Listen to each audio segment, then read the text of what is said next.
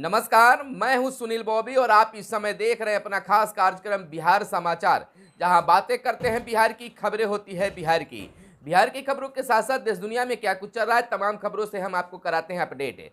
बिहार में शिक्षा रोजगार का क्या है हाल और गांव की सरकार को लेकर क्या कर रही है नीतीश सरकार, तमाम खबरों से हम आपको कराते हैं अपडेट। एक बार फिर से बिहार में राजनीतिक गर्माहट तेज हो गई है, जहां लोगों को अंदर आना बाहर जाना यह बयानबाजी चलते रहता है।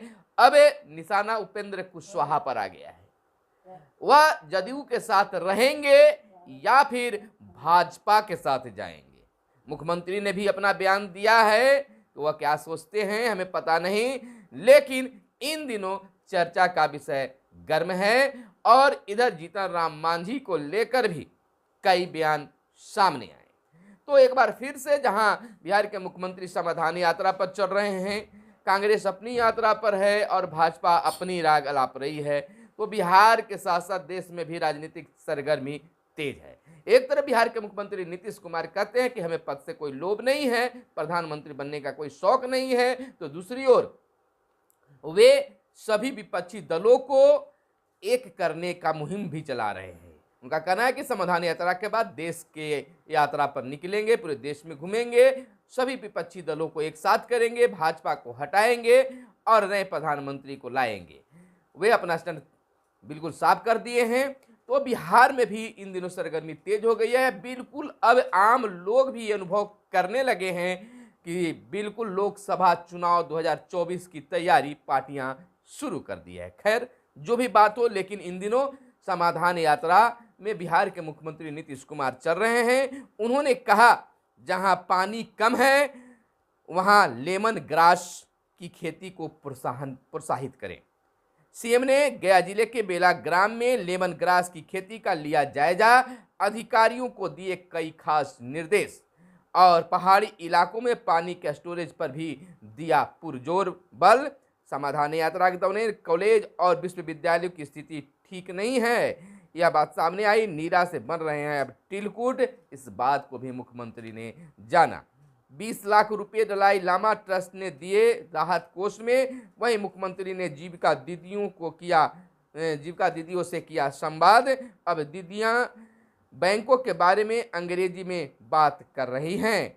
महाबोधि में किया नमन भी, यानी कि बिल्कुल सभी चीज़ों पर बिहार के मुख्यमंत्री ध्यान दे रहे हैं। इसी दरमियान बिहार के मुख्यमंत्री जब नालंदा पहुंचे थे तो वहां पंच सरपंच संघ के द्वारा उन्हें ज्ञापन दिया गया और हक अधिकार की मांग किया गया। कहा गया कि आपके द्वारा कहा गया था, वादा किया गया था कि सरपंच और पंच को न्याय के साथ विकास करने का भी अधिकार मिलेगा।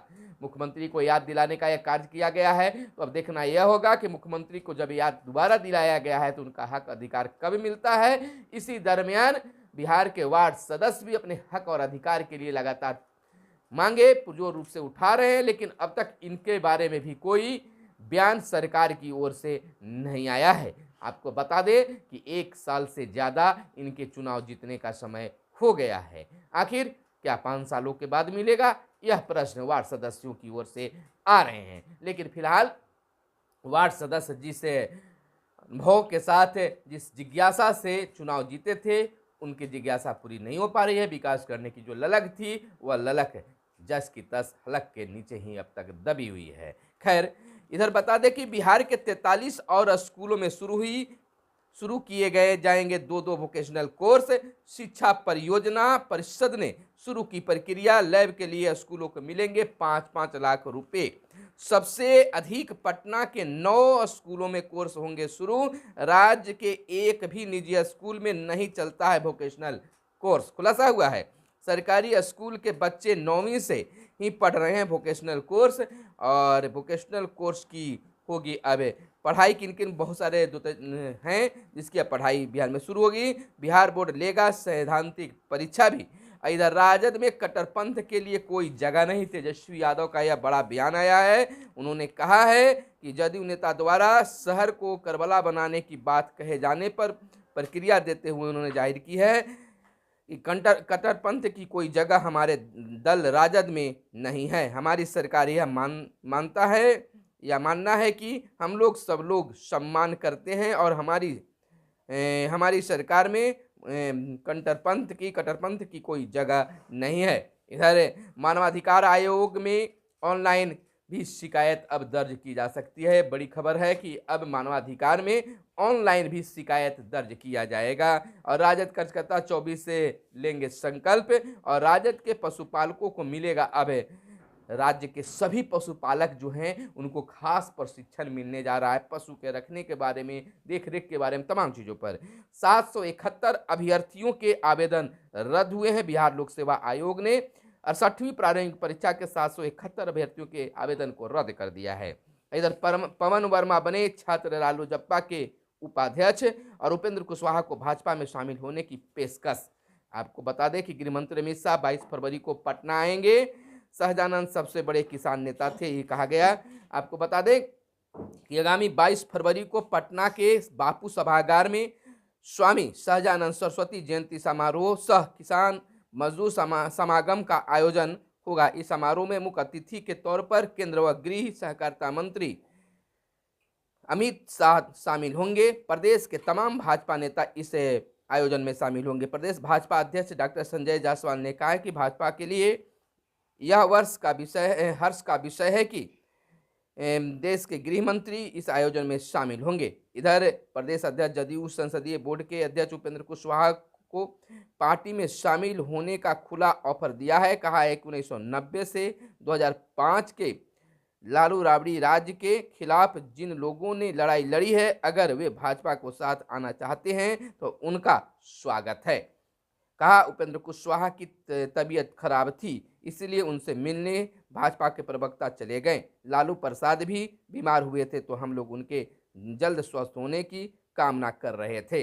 इधर हम आपको बता दें कि प्रश्न पत्र इंटर परीक्षा अब 1 फरवरी से होना है, जिसमें बता दें कि प्रश्न पत्र संख्या और रोल नंबर से होगी बैठने की व्यवस्था। यानी कि प्रश्न पत्र की जो संख्या होगी और रोल नंबर, वो दोनों को मिलान करके यानी दोनों को देखते हुए बैठने की व्यवस्था छात्र छात्राओं को किया जाएगा। फर्जी छात्रों को पकड़ने के लिए की गई है यह खास व्यवस्था। प्रश्न पत्र के 10 सेट किए जा रहे हैं तैयार और प्रीपेड उत्तर पुस्तिका छात्रों को दी जाएगी। इधर आपको बता दें कि पटना सहित कई जिलों में बूंदाबांदी से एक बार फिर से बीते दिन से ही ठंड बढ़ गई है। सर्दी का सितम जारी है। गेहूं, सरसों, मटर की अच्छी पैदावार के लिए आंशिक बारिश भी जरूरी है, यानी किसानों के लिए फायदे की बात बताई जा रही है। पटना में देर रात तेज रफ्तार से हवा चलने से मौसम बदला हुआ है। और इधर हम बता दें कि नेपाल बॉर्डर के नो मेंस लैंड पर पिलरों की होगी मरम्मत। और हाई कोर्ट के लखीसराय से खबर निकल के आई है कि हार्ड कोर्ट के महिला नक्सली गिरफ्तार। और चालू माह में जीएसटी मद में नगद टैक्स भुगतान 650 करोड़ के पार। विजय चौधरी का यह बड़ी बयान सामने आया है। इधर हम बता दें कि राहुल गांधी की यात्रा से पहले 2 धमाके 15 मिनट के अंतराल पर 2 खराब वाहनों में विस्फोट हुए हैं। यह जम्मू से यह खबर निकलकर सामने आई है। पीएफआई ने हत्यारों के लिए बनाई थी गुप्त टीम और मौनी अमावस्या पर गंगा में आस्था की डुबकी लगाई गई। नई शिक्षा नीति पर केंद्र सरकार का रुख है स्पष्ट, प्रधान ने कहा है। यानी राष्ट्रीय शिक्षा नीति कुछ पन्नों का कोई दस्तावेज नहीं, लेकिन विद्यार्थियों के लिए इसमें कई नई बातें मौजूद हैं। ये बातें केंद्रीय शिक्षा एवं कौशल विकास मंत्री धर्मेंद्र प्रधान ने बीते दिन कही है। इधर खिलाड़ी उत्पीड़न आईओए 8 से 10 दिनों में प्रधानमंत्री को सौंपेगा अपना रिपोर्ट। और पाकिस्तान में पिछले 4 साल में हुई 42 पत्रकारों की हत्या दुखद है। केरल में बिना लेबल और एक्सपायरी डेट वाले फूड पार्सल बैन। और शिक्षक भर्ती घोटाले में तृणमूल के नेता हुए गिरफ्तार। और त्रिपुरा विधानसभा चुनाव के लिए जारी हुए अधिसूचना।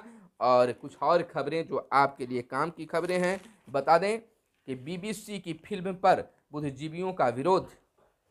आपको बता दें 300 से अधिक पूर्व जजों नौकरशाहों को लिखी चिट्ठी। 2002 में गुजरात दंगों पर बनाई गई है डॉक्यूमेंट्री फिल्म। और इधर सर्वेक्षण है, राज्यभर में कहीं परिवारों की संख्या बढ़ी तो कहीं घटी। जातीय जनगणना का पहला चरण पूरा कर लिया गया। आपको बता दें, मालूम हो कि यह जनगणना 7 जनवरी से 21 जनवरी तक किया जाना था, जो पूरा कर लिया गया। 7 से 21 जनवरी तक पूरे राज्य में सभी घरों व बसावटों की गिनती की गई है। औरंगाबाद में अनुमान से कम मिले परिवार और कैमूर में 2.91 लाख मिले परिवार अनुमान से कम। इधर उपेंद्र कुशवाहा 2 से 3 बार गए और फिर आए, उनकी क्या इच्छा पता नहीं। बिहार के मुख्यमंत्री ने उपेंद्र कुशवाहा पर जो बातें सामने आ रही है उस पर उन्होंने बयान दिया। चीन के अरबपति घर और जेट बेचने को मजबूर हैं। तो यह थी आज की खास प्रस्तुति आपके लिए। और देश दुनिया की खबरें बता दें कि सोने के आभूषण की खरीद में चीन के करीब पहुंचे भारतीय और चीन में 80% लोग हो चुके हैं संक्रमित कोरोना से। बम की धमकी मिलने के बाद उज्बेकिस्तान में उतारा विमान। गोवा स्थित दामोलिम हवाई अड्डे के निदेशक को ईमेल के जरिए मिली धमकी और पहली पर्यावरण बैठक की मेजबानी बेंगलुरु करेंगे। और अवैध धन से जुड़े मामले में 18 ठिकानों पर छापेमारी। भारत मिस्र के बीच कई समझौते। चीन को ताइवान पर अमेरिका की चेतावनी। राम रहीम 10 दिन की पैरोल रिहा पर। और ट्वीट मामले में अदालत में पेश हुए मस्क और हर चुनौती से निपटने के लिए तैयार राजनाथ सिंह ने सीधा कहा है अब वंदे भारत में सुरक्षित सफर के लिए कोचिंग डिपो अब बनेंगे। तो यह थी आज की खास प्रमुख खबरें जो आपके लिए काम की खबरें भी हो सकती है। तो फिर मिलते हैं अगले वीडियो में। कैमरे के पीछे हैं मिस्टर साहिल। धन्यवाद। जय हिंद।